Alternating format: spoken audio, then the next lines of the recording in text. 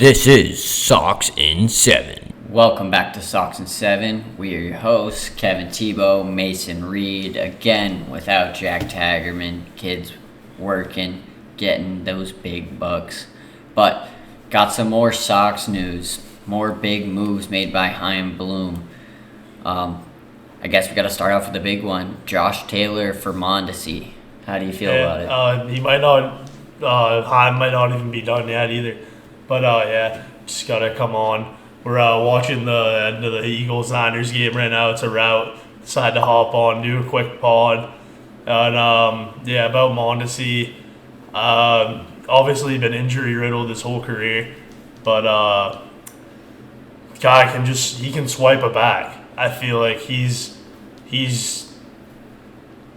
Jaron Duran, but he's not, like, in the sense of his speed. But he can also hit when he's healthy, and he plays infield and actually can field the ball, unlike Jared Duran, because that guy can't field the ball. So, I think he could hit at the top of the order, and if he's healthy, is who he was supposed to be, he was a highly touted prospect.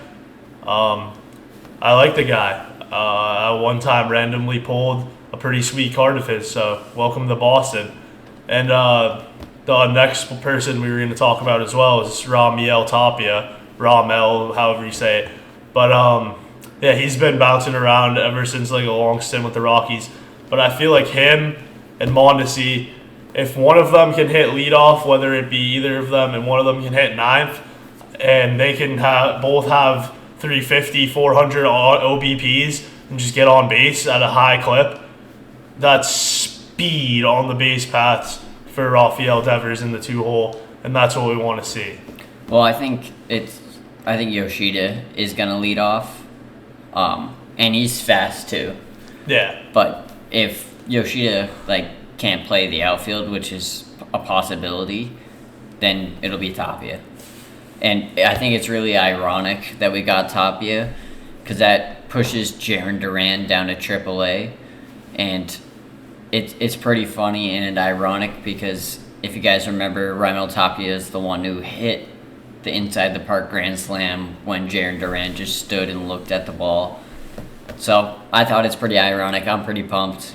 Tapia balled out at Fenway last year, so I think it's a good addition, fourth outfielder. The only thing that sucks is that it's going to make it even harder for the Asian sensation to get into the game. Yeah, that is true. I think, if both of them can hit, if they'll find their way into the lineup on maybe not a daily basis, but at least a somewhat daily basis, especially Mondesi, considering our lack of middle infielding right now. But, it really just comes down to hitting for both of them. I think they both have all the tools outside of the batter's box to be everyday MLB players, and if they can both hit the ball, then they'll find their way on the team and impact, and Boston will welcome them with open arms. Yeah, the only thing that's scary about this team right now is that we are so lefty heavy. Lots of lefties. Yoshida is a lefty. Mm-hmm. Both of them we're just talking about. Mondesi could be switch, actually, but I think he's just a lefty. I'm pretty sure he's just a lefty. Devers, Verdugo. Tapia. Cassis. Yep. And that's a lot of lefties. A lot of lefties. It's basically who are our righties. Turner, Dalbec. Not even if Dalbec's gonna play. Kike. Arroyo. McGuire's switch, isn't he? No, he's a lefty. Yeah, we have a lot of lefties, man. Yeah, so if you throw your righty pitcher, you're done. But those lefty bullpen arms are going to be used up. Who are the good lefties in the AL East? John Means for Baltimore is really good. Yeah. Who else? Rodon is going to eat us. Rodon, yeah. Fuck, yeah, he's going to eat us bad. Brutal. That's not great. Well, at least there's less games in the AL East this year since we play the whole McClanahan league. Too, bro. Oh, dude. He owns Devers also. Yeah, that's going to be a brutal matchup. Yeah, wow. All Rodon and McClanahan are really good, and so is John Means. yeah, we're gonna have a tough time hitting lefties because it's gonna be pretty especially if Turner's like not in the lineup that day and everything. Yikes! But yeah. I mean, that's basically all there really was to say. Tebow wants to talk about Matt Barnes, so he can go ahead and do that now. Yeah, I mean, Heimblum is an asshole. That's all I gotta say. He got the keys to the kingdom and just instantly just threw everybody out that he didn't bring into the kingdom. The only two people that Heimblum didn't acquire is Chris Sale and Rafael Devers. They're the longest tenured Red Sox, and they were here in 2018. Mm-hmm. After that is Ryan Brazier, who should have been DFA'd for Matt Barnes, who brings the culture. He was back to his prime. 2 years ago, he was the best pitcher in baseball, and now you DFA him for Ryan Brazier, who's sucked the past 2 years. I mean, he's horrible. It's Ryan just Brazier's bomb. gas. It's just bomb after bomb after He's bomb. gas. Ryan Brazier's him. But yeah, we definitely do differ on our opinion on Brazier Burger. That's for sure. But I think he can pump Ched, wipe out Slider. He'll throw some solid innings out of the pen for us this year. No, That's my guy. Dude, he just gives up bombs. Yeah, well, like at least he doesn't walk everybody like Matt Barnes. Matt Matt Barnes Barnes does is walk back, a lot of though. people. Everybody watched him at the end of last year and was like, oh, Matt Barnes is back. And now we're just eating his money. Like, if you're going to pay him, at least let him play. Yeah, so, I mean, basically the last thing I want, like, my one wish was Devers to get re-signed, and that happened already, and, like, that's already happened, so now I'm going to make one more wish, and that's going to be for the Red Sox to do whatever it takes to acquire Fernando Tatis Jr., because if that happened, then I would probably go to a lot of games and have a lot of fun and thoroughly enjoy watching the team play. But that's obviously not going to happen. But if it did, it would be cool. That's all I'm going to say. There's just no chance Yeah, whatsoever. probably not. But, I mean, now our bullpen looks a lot different than it did two days ago.